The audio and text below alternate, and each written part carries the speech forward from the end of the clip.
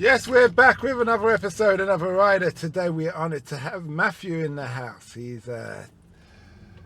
got a speciality, and I will let him explain. But actually, tell us what it is. Well, my hobby is doing butterfly taxidermy. And that is? You take dead butterflies and make them pretty again, basically. When they die, they kind of close their wings and they fall on the ground. So when you collect them, they're kind of all rigid. So you don't kill any? No. You just go, where do you find a butterfly? I buy them online from an ethical source in Australia. Really? Yeah. Is this worth money? I mean, the big ones can be up to £10 each, even more. What, like £10? £10 per butterfly, or more.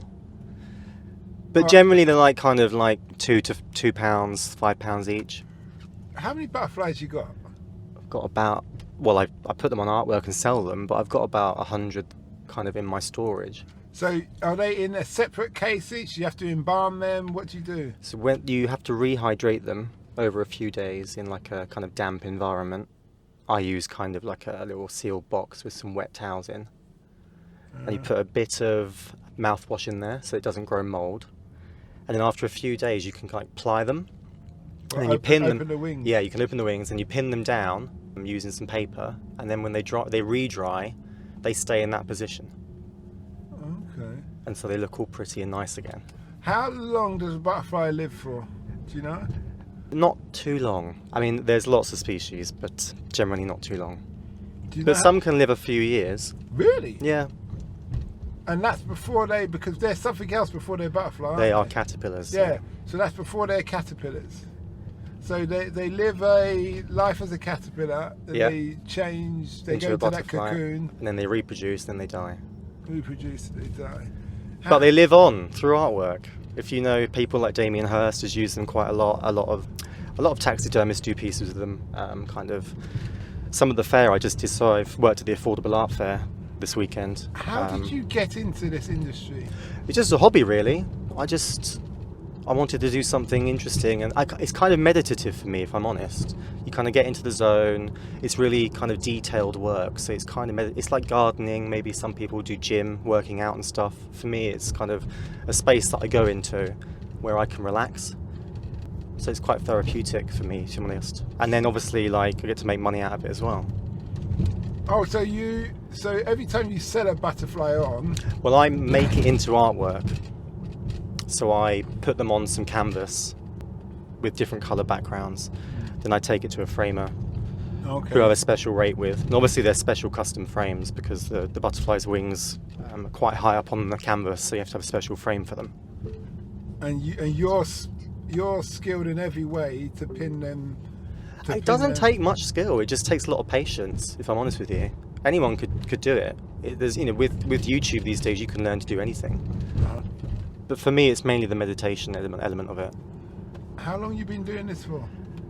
About 4 years. Yeah. It's just, I mean, I sell it to kind of friends of friends. Do some pieces for kind of family, so like birthdays, weddings and things. It's a nice gift to give. I did one for my friends who had a baby the other day. Did a nice yellow one with some yellow butterflies on, so it was kind of all monochrome. And that was a nice gift. I think in total each piece costs about, with the framing, maybe about £200 to make.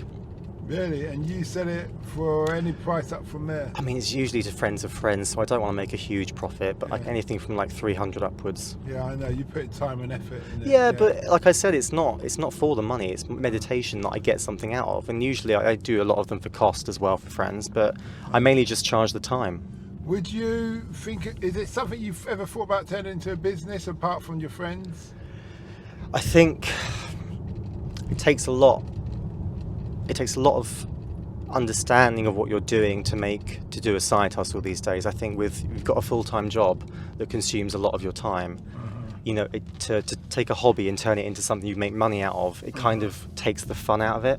And I don't want to lose that from it, but it's possible. I mean, obviously I said I worked at the art fair this weekend, and my pieces could definitely stand up against some of the artists that have been shown there, for sure. Yeah. So those pieces are abomination. Yeah, did you? Why don't you bring some of your pieces then?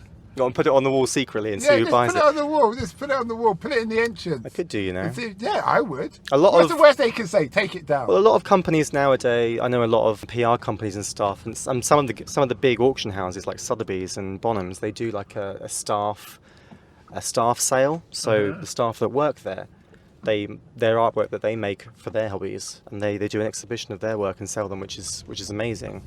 I think more companies should do that to promote staff well-being, and also to kind of help them out on an individual level as well, not just using them for work and paying them a salary. Yeah, no, I see what you mean. But I think you should put some up and see where it goes. Have you got an Instagram or YouTube channel or anything like that? I do have an Instagram for the butterflies. It's Matthews Butterflies. You want to But spell like that for I us? said, it's MATTHEWS BUTTERFLIES. Okay, so all the listeners now, you can check out his site and Have a look. yeah, and then if you want some, I'm sure you DM him and see what he's saying. So yeah, so what have you learned about the butterfly industry that you wish you knew when you had started? A lot of companies kind of breed them and kill them in unethical ways. I mean, I know they're just insects. The thing with butterflies is because they're pretty, people hold them to a higher value than other things. They're essentially just an insect, like an ant or like a fly. You know, they depending on how you feel about animals, you know, they seem to have been raised to a kind of an ethical standpoint with people, that they're worth more because they're beautiful. And I suppose that's kind of most things in the world, you know, including people, unfortunately. But yeah, a lot of companies will sell you ones that have been sold, have been killed unethically. So it's important to find the right company that kind of does it in that way that you're comfortable with promoting yourself. So with these butterflies, once you frame them, the frame's glass with a glass, and they're not compressed. It's like void, and they're just pinned. I've got a picture of like a Victorian guy, you know, that kind of setup. Oh yeah, and you may have seen these kind of cases at the museum, Natural History Museum or something. That's that's more cataloguing. This is more, what I do is more art. Very similar to Damien Hirst's work. I'm not here to say I'm doing anything that's out of the ordinary. Like he's really the pioneer of using butterflies in that way. So it's really a copy, but obviously it's kind of my own take on it. Why I ask, because obviously you're taking these butterflies, like you've mounted it and everything, and if, let's say, someone bought one, does it have to be in a specific environment that they're going to keep that butterfly on the wall, or is the box kind of a sealed frame box that it doesn't matter whether the room's really hot, really cold? Then it's like most artwork, to be honest with you, and they aren't vacuum sealed. They are securely sealed, but they're not vacuum sealed. I think the only thing that really, as with most artwork, is not put it in direct sunlight, because the butterflies will fade over time. The colours that you will see and fall in love with, if you put it in direct sunlight, they'll be gone within a couple of years, and it'll just be kind of a faded blue or a faded red. It doesn't look as nice. Okay. But that's with most artwork, you know, you should never put artwork in direct sunlight. You can get fancy glass these days, anti-reflective, anti-UV. You pay a lot more for it per inch, but they're definitely worth it. And especially I've got a lot of pieces that are quite dark in my collection, like black pieces or dark blue pieces. And the problem you have with those kind of works, if you put them behind normal glass, is that you have any light, the black, you just can't see anything of it. You have to have. You'll notice if you go to a museum and you see this anti-reflective or museum quality glass, it's just so clear and so pristine. But you do pay a lot more for it with framers. I see what I mean. Is there? Have you found a big community of people who are into butterflies? Like, it's funny you ask that. I mean, I'm not. It's like I said, it's my individual thing. I suppose I do. There's a few forums that I kind of ask questions on. It's mainly YouTube as well, asking questions of people. There's a few Instagrams of people that do it as a business that you can get advice from. But I learn how to do it from YouTube. Like I've done a number of things in my life, you know, cooking and stuff like that. It's just something that I wanted to do, that I learned how to do myself, and now I enjoy it as meditative kind of activity. So what does the future hold? Is it something that you're going to carry on doing? Yeah, I think. I mean, I've just moved to a new flat in London. It's not it's not got the space that I would like to have in terms of a room where I could do my hobbies. So I think in a few years when I get a bigger house, I'll definitely have a room that will be devoted to kind of doing my hobbies, gardening, house plants and things, butterflies, kind of some yoga, maybe, that kind of space. Just to kind of, I guess, a man cave, I guess you could call it. No, I hear you. You do your thing. So you're into yoga then? No, I want to be, if I'm honest with you. I started it a few weeks ago, and unfortunately the job that I was doing took over, and so I've kind of stopped it actually. But it's something that I'd like to get into now. The days are getting longer, got more time, feel more active and going out more and doing more things. I don't know how much you know about yoga. I don't know a lot, but I know there's different types. There's Ashtanga yoga, which is like the ninja one, where you're standing on one hand. And stuff I like don't know that. too much, if I'm honest. I need to learn a bit more. Okay. But I know it's a thing that a lot of people do in this city to keep fit, to kind of, again, to do some personal meditation. I'm a fan of stretching now I've got older. So I believe that I always tell people, it's even younger people, once a week, take an hour just to do an hour of stretching. I completely agree. Just because you don't want one day to wake up and go, oh, my back, oh, this, all that. You just want to... Yeah, I've been working around loads of builders this week, and the noises that they make when they're moving around, like they've been doing these like heavy manual jobs for years, and it takes a toll on your body. But you don't realise, even when you're doing a job that involves just a laptop and you're sitting in an office, if you're not sitting correctly and you're doing that 8 hours a day for weeks on end, sometimes for years, you change your body. Yeah, I know what you're saying. My ex sent me a yoga, a guy on YouTube who does yoga, but she did some stretches. He's doing some stretches. It's just like a 5-second move, stretching. But I tell you one thing, I did that. I just got out of the car and did it, and I just felt loose. I felt really good. But you go to the gym?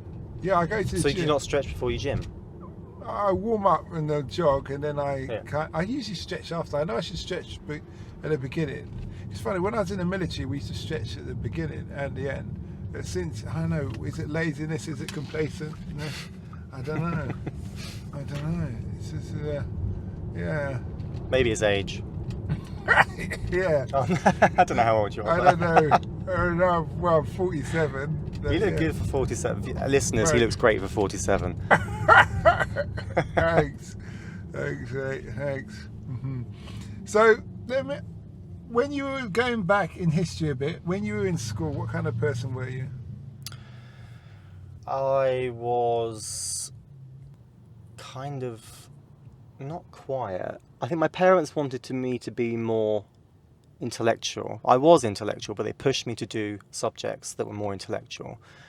And I think I wanted to do more art-based subjects. It's funny that I now work in art when I was pushed away from it so hard when I was a child, in favour of, I did languages in the end, and what got me back into art. I studied Russian, lived in Russia, then I was working for a Russian gallery, and then I got back into art, using the degree that I'd thought would take me different places. So were your parents Russian? No. I did French and German, and I got bored, and I thought I wanted to do something that would be more interesting. And in hindsight, probably should have done Chinese, but...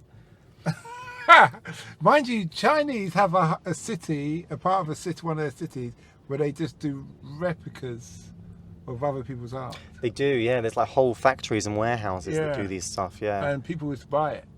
Yeah, and everything you touch these days is made in China. It's just crazy. So, okay. So, what part of were you born in London? I'm from Surrey, but my dad's from London. Oh, is it? From Walthamstow. Oh. So I think a lot of people who are from the home counties, they kind of feel like they've always been around London. Yeah. They have friends and family in London, always coming to London. So it's an odd place to be from because it's kind of very transitory. People that live there often work in London, and they just live in... You spend more time in London. Yeah, exactly. More or less, yeah, when you think about it. 5 days a week, sometimes 6. Yeah. So, moving to Russia, what was that like? And what year was that? It was 2010. to the midpoint of 2009 to the midpoint of 2010. 2011, yeah. And what's that whole experience like? Had you been there before? I had been there once before on a trip, so it was very daunting. Was it a trip as an adult, like a school trip? Yeah, it was a school trip, maybe when I was like 15, 16. So it's a big difference now then. Yeah, I mean, this was a few years ago, obviously, and I think the world was a different place then. You know, Russia was still reasonably aggressive on the world scene, but it wasn't seen as it is today. I had a Starbucks cup with Russia written on it, and I made a tea in it the other day, and I thought I was about to walk out the door, and I thought to myself, I don't want to have this in my hand and walk around, and people think that I'm Russian and say something. You don't want, you know, in London you don't want to invite people to have reasons to have beef with you, right? So I threw the tea away, and I was I like, wouldn't have done that. I'd have said, mate, this is a cup. Yeah, unless you want this in your face. People are weird. People Shut are up. weird. I don't want people to shout at me and think I'm Russian. Nothing wrong with being Russian, but it invites a lot of different feelings nowadays. I know. You know what? I think I hear what you're saying. I do hear what you're saying. I think there's many a case where people just feel they just want to have a right to say something. Do you see what I mean? Oh yeah. But in many a case, if you're being hostile to people, a lot of those people, or not say, when people are being hostile to come confrontational, they don't really want that backlash. They can't take it. No. Do you see what I mean? I was in a lift at Hampstead Tube the other day, and the door wasn't closing because some guy's backpack was blocking the lift door, and he, you know, gently kind of moved his hand to say, "Oh, your bag's blocking the door," and this guy exploded, like completely exploded. What the F, blah blah blah blah. And everyone in the lift was like, whoa, like, it's 8 o'clock, like, calm down, why are you shouting? Hello there, it's everyone, 8 o'clock, you know? There's 15 people in this lift, and everyone was like, calm down, what the hell are you doing? Like, it's 8 o'clock, like, there's no need for this language at 8 o'clock. And that made me feel good, because it's like, we've all been in that situation where you've been on the tube and someone's been getting rowdy or aggressive or, you know, kind of talking to a girl in a way that's not right. No need to talk, And we've all been in situations where no one said anything, including, I mean, I've been in a situation, I've not said anything sometimes. But this instance, like, people were like, it was really nice to feel that way, especially at 8 a.m. in the morning. It was like, okay, London can be good. London people here can be nice. You know what's funny? Because I mentioned earlier, I went to live in Kenya after I left the military, and I never saw a fist fight between any men. I saw prostitutes fighting over territory. That was quite interesting, quite vicious, to be honest. But I never saw a fist fight, and I did, when I saw confrontation, everybody start telling people off, telling the whole, like, whatever they were.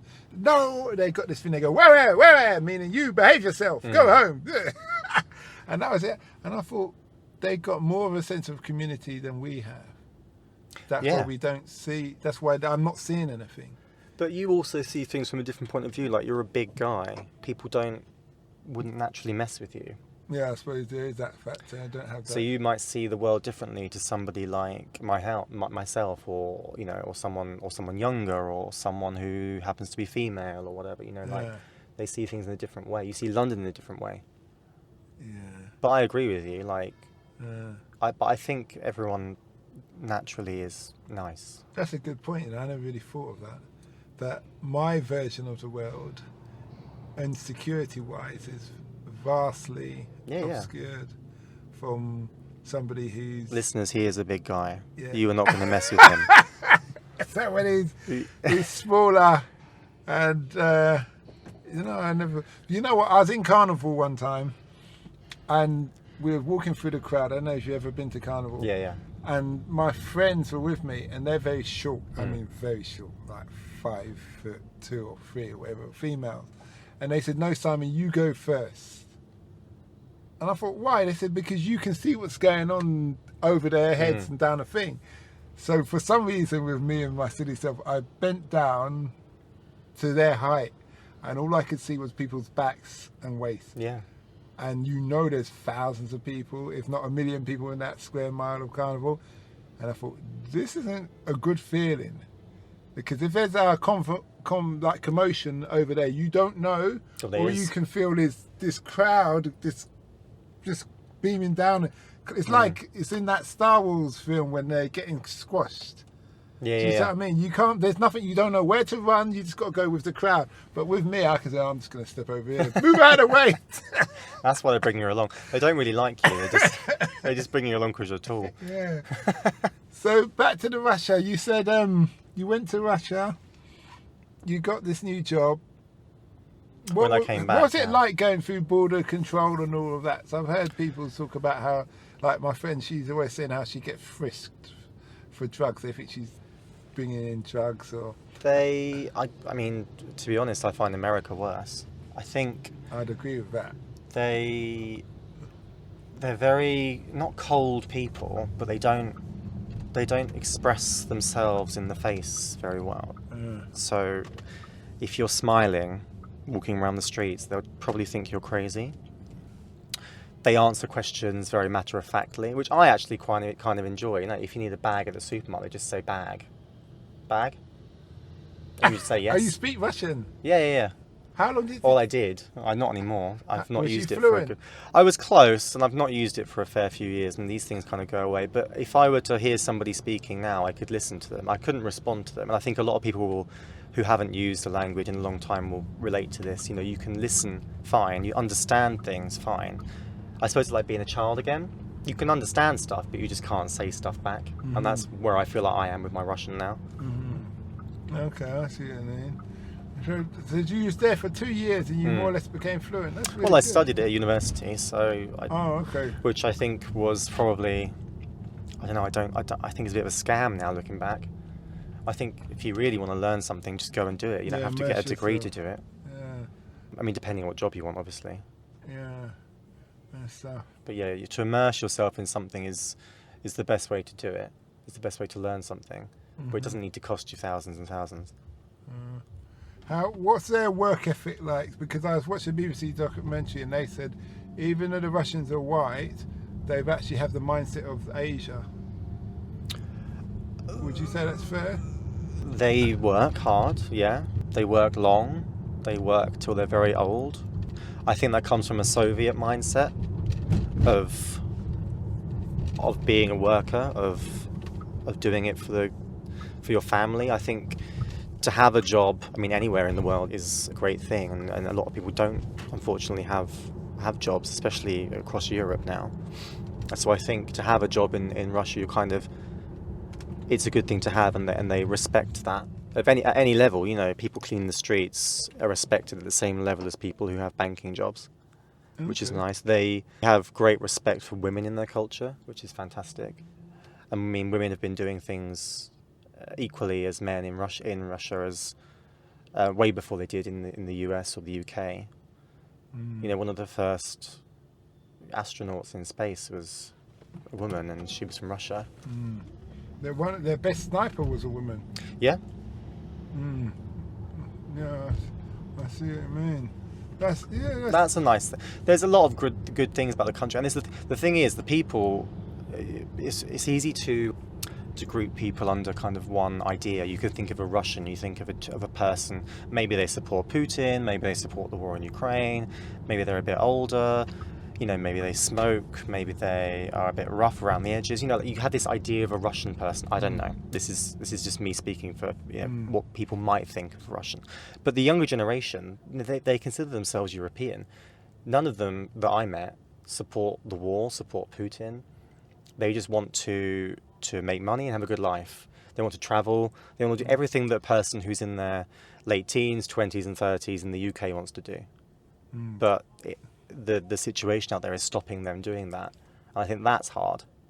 I think that could be said with every population around the world. They all want to be happy and just family and stuff, but there's always the leaders, for whatever be the reason, whether they're religious or just political or both. They've got their agendas.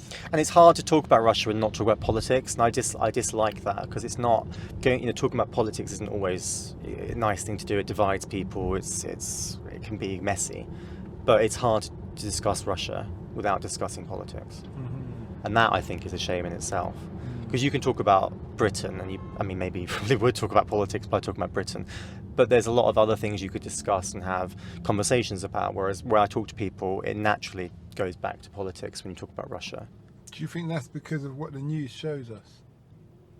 Definitely. Shows us Oh, yeah, images that- definitely. But I mean, things don't change until Putin gets out. Nothing's going to change. It's kind of this idea of him and the way that he works and the way that he operates and the things that he does is so ingrained in Russian culture. He's been the top job for like 20 something years, or probably more. I don't know the details, but that's an incredibly long time for somebody to be a president of a country when the demographic changes so quickly and things change so quickly in the world. But to have an old mindset person at the top who's doing the same stuff over and over again. Yeah, look at America, Biden, isn't it? Oh, God, yeah. Same kind of thing, isn't it? America, Old leaders. What they're so old. Yeah, So old. Because 20 years is a generation. So you think if he's 74, that's more than 3 generations, nearly 4 generations. Do you see what I mean? But it's the same story over and over again with America. They love old white men. It's just, I don't understand it. Okay, you know what's interesting about that is that most people who vote are women out of men. So that means more women are voting for that than there are men. When you look at that, yeah, but that's a cultural thing, you know. People, I don't know, maybe you yourself, having travelled, having been in the military, you have a different mindset to somebody like myself who maybe grew up in the home counties and whatever else, you know, like. What I found from living in Kenya, sorry to interrupt there, what I found from living in Kenya, that when a nation's regime or empire has fallen and it changes, you need a dictator or a strongman to hold everything together. I completely agree. But the question is for how long and to what end?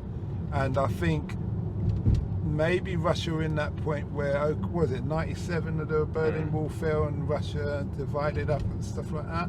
And so it's been many years. Obviously you had Yeltsin and the other guy before and Putin now. But it's like, okay, when do you let go of the reins and to what end? Yeah, but I mean, it's the same story in Iran, in China, I think. To some extent, maybe India and Brazil. I totally agree with you that it's good to have a strong leader. And Putin was that. He was a strong leader that could unite the country and keep... You know, the thing is with Russia and China is that these people who were poor for so long suddenly could buy their own cars, suddenly could buy their own house. You know, they were richer than they ever dreamed they could be. And they had security for their families for a couple of generations. And that was fantastic. Why wouldn't you love that person that had given you that? That's true. You would.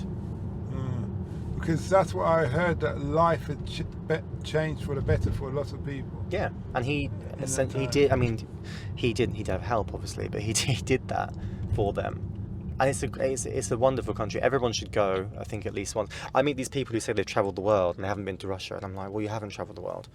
Yeah. And I live there, and I don't consider myself to have even seen it that much. I always wanted to go to Russia, so I love architecture. I'm exactly the same. So I want to see the Kremlin and all those places, but I know they don't do well with people of my race. So I'm like, no, they do not. I don't really want to go there and be a statistic. So I kind of just stick with unless I was going on a big tourist trip with loads of people. Yeah. And then I was like, okay, we're being ferried from one place to another, but I'm not going out at night. I mean, I think some places would surprise you, especially younger people. But I think on the whole, you are probably correct. I think also another thing to note is that they don't, like, the writing is in Cyrillic, it's not in Latin. So, as a person who doesn't understand Cyrillic, you can't really read anything, and it's not really geared towards tourism in that way. So you kind of have to do a group tour. And also, that's like Japan. Was it Japan, or used to be like that?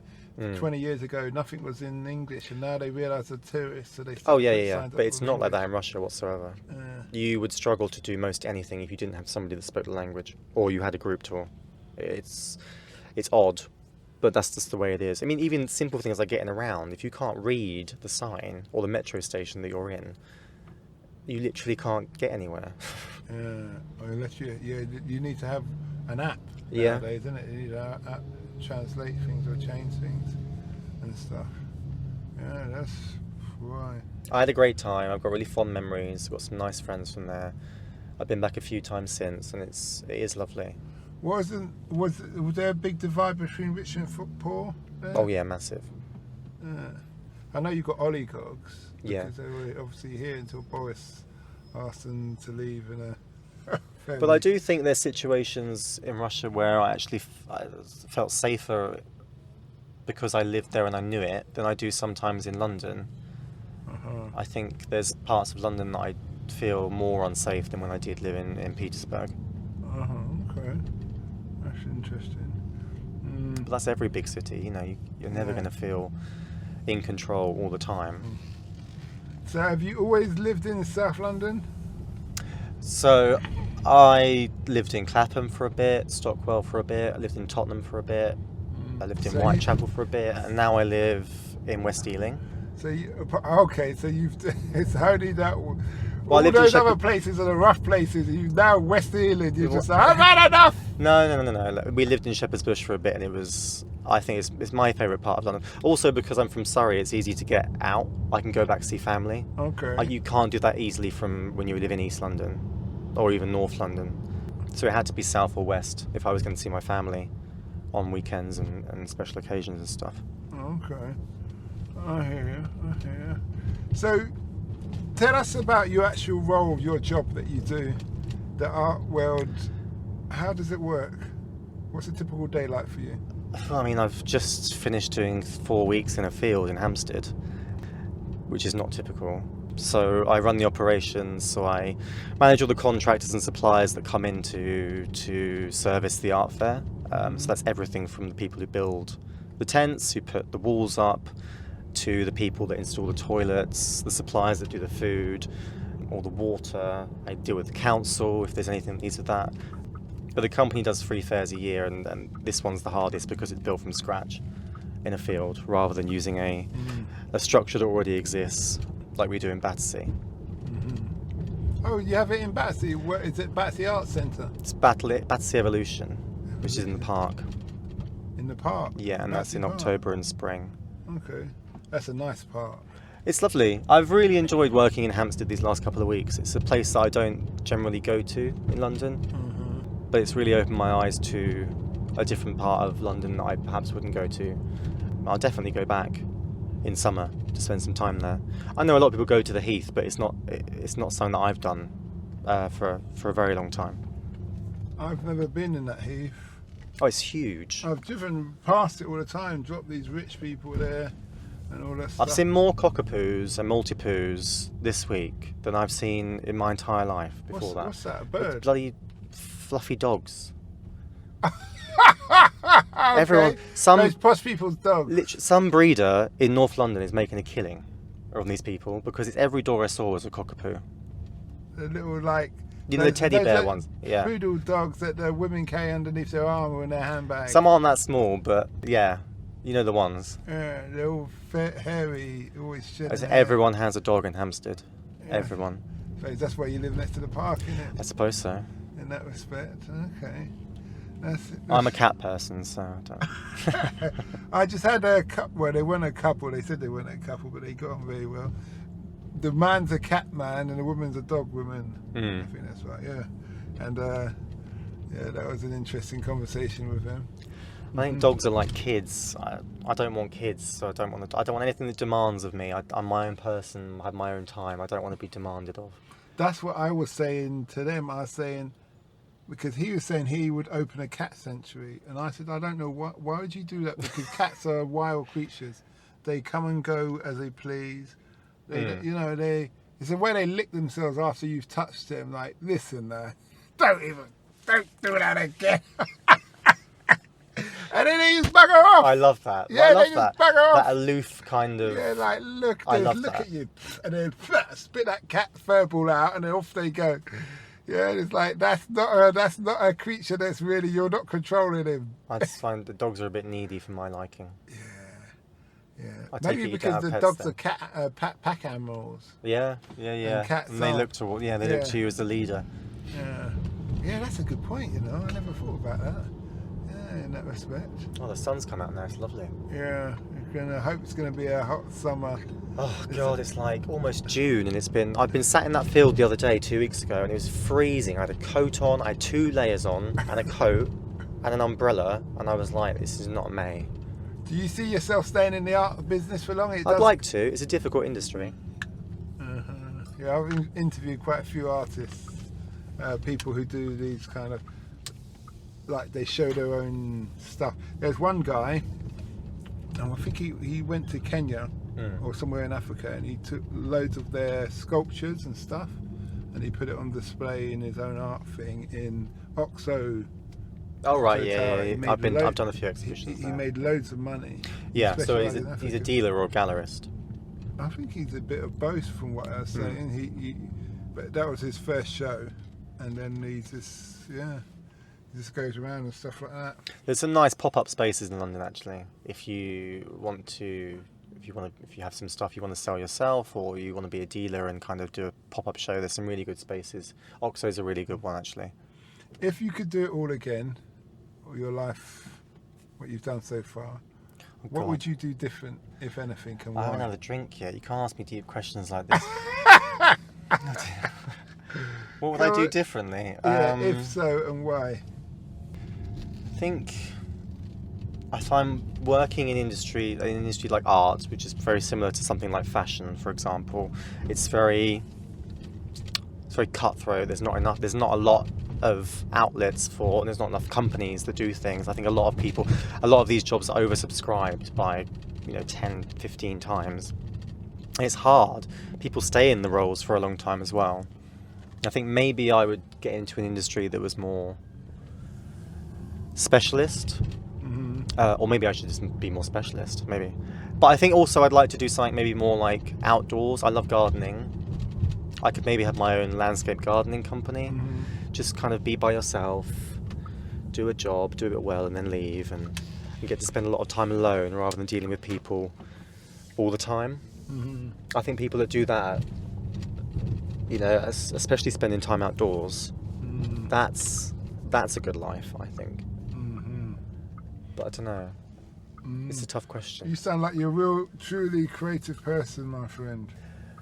I think everyone is at heart. I think you Really? just have to find. Yeah, I think everyone has.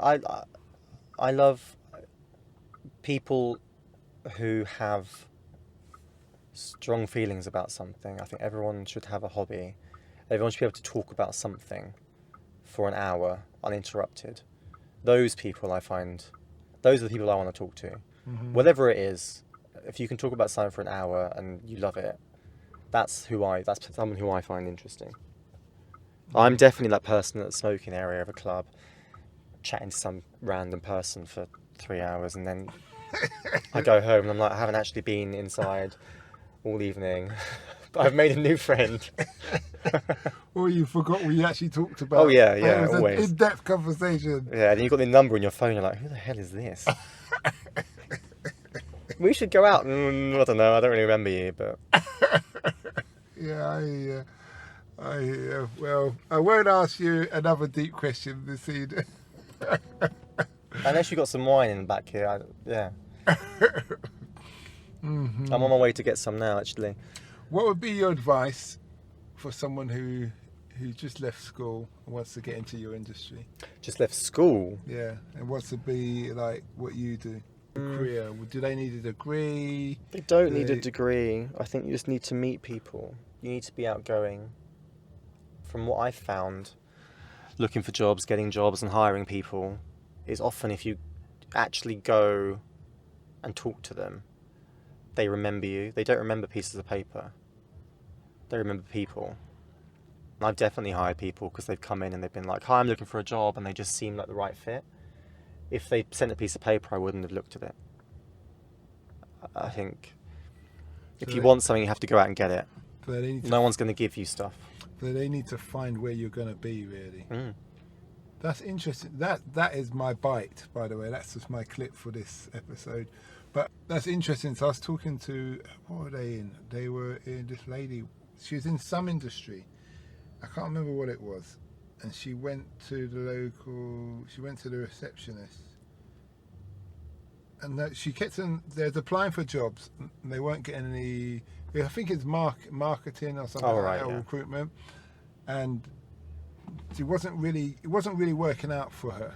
So what she did, she went to the pubs and she said to the barman, who, and it's across the road from the office that she wants to work in. She said, do these companies come in here? And he said, yeah, they come in here on Friday night, and it's Thursday night at such and such a time. She said, oh, thank you. And then she came back with her friend, and she just pretended that she's having a drink with her friend. And she positioned herself near that group. And sooner or later, one of them started chatting to her, and then she said, "That's clever." Yeah, and then she got in, and then she got her job. But that's showing initiative. That's doing. If you're sitting at home and you're firing out emails, it's actually not gonna, lazy when you look at it. It's not going to go your way. I mean, sometimes it does, but I think meeting people, and also people want to help people. Even if somebody can't offer you a job, you say, well, do you know anyone else? And people want to help people, I think, generally. I mean, I do. Yeah, they feel good if they're like, oh, I got him. Yeah, it's like a good deed for the day or whatever it is. Yeah. But if you don't ask, you don't get. And that's with anything in life. Mm-hmm. Yeah. But yeah, I mean, I've got thousands of pounds worth of debt from university, and I don't think it's necessarily worth it. But I had a good time, so. What uni did you go to? I went to Nottingham. Nottingham, okay. Yeah. My daughter's just about to go uni. She's going to go to Swansea. It's I think it helps you. I mean, helps you become who you are now. I don't think I'd be the same person if I didn't go. I wouldn't have had the same experiences that I had. I guess also it punctuates your life. Otherwise, you just go from school to work, and there's nothing in between. You're working for, 40 years more. 50 years. I think it's nice to have a punctuation in your life because you don't really get it elsewhere after that. I was talking to someone the other day, and we were saying, someone years ago, and he said to me, the problem is with work, it's not how much money you earn, it's managing to live like you are still a student years down the line. Because when you're a student, you may buy some fashionable clothes and drink, but obviously as you get older, you cut down your drink, but you start to on other things. Okay. We're talking a cliche family man here. Oh, okay. Yeah, and he said, if you can still live on that small amount of money you used to earn, and then you can reinvest the money you are earning. You have different outgoings as well. I sometimes felt like in my first jobs in London, I had more money than I do now. Yeah, but I don't understand how that works. Well, I don't know if you do. What do you? I felt way more flush when I was 26. Yeah, but you're probably catching public transport and all of that. I still do that. No, company's paying for this. Okay, but there's something that you must be doing. Some things that you must be doing that is like changing the situation. Yeah, I do buy my wine in bulk now, so I do save a few pennies there.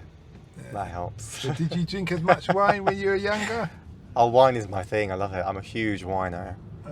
I'll go out and smash a few bottles on a Friday. What's those people who are wine tasters? Yeah, I've interviewed a couple of those. Sommeliers, people. Yeah, I've got a few friends that do it, actually. I've interviewed a couple of those people as well. Yeah, the trick is you have a nice wine to begin with, and then you can slowly lower the quality, because after a few glasses, you'll drink cat's piss. That's my tip to the listeners. That's my tip. That is a bite as well. There, isn't it? You're going to hear that on the TikTok and advert for interview with Matthew. Make the sure it's the best wine for the first class. After that, anything goes. Yeah. Right, you know what I'm talking about. Yeah, I don't drink, but I can understand what you're talking about. I can understand what you're talking about. The sun is out tonight. There's nothing better than London in the sunshine, especially when you're by the river. Yeah. It just gets everyone. It's such a good mood. I think it's such a good city for that. I hear. Well, we're coming to the end of the episode, the interview. Thanks a lot. We've covered quite a bit, from Russia to your art, your butterfly. What's the word for the butterfly thing called again? Taxidermy. Taxidermy. Taxidermy. Taxidermy. Yeah. Oh, I wonder, why is it called that? Oh, it's probably Latin. I don't know. Oh, okay. All right. Oh, I'll Google that in a minute. But okay. Well, thanks a lot, and we wish you well. Thank you. We hope that episode enhanced your life. We post an interview every day, as well as vlogging on our social media channel. Don't forget to subscribe to get our latest episode.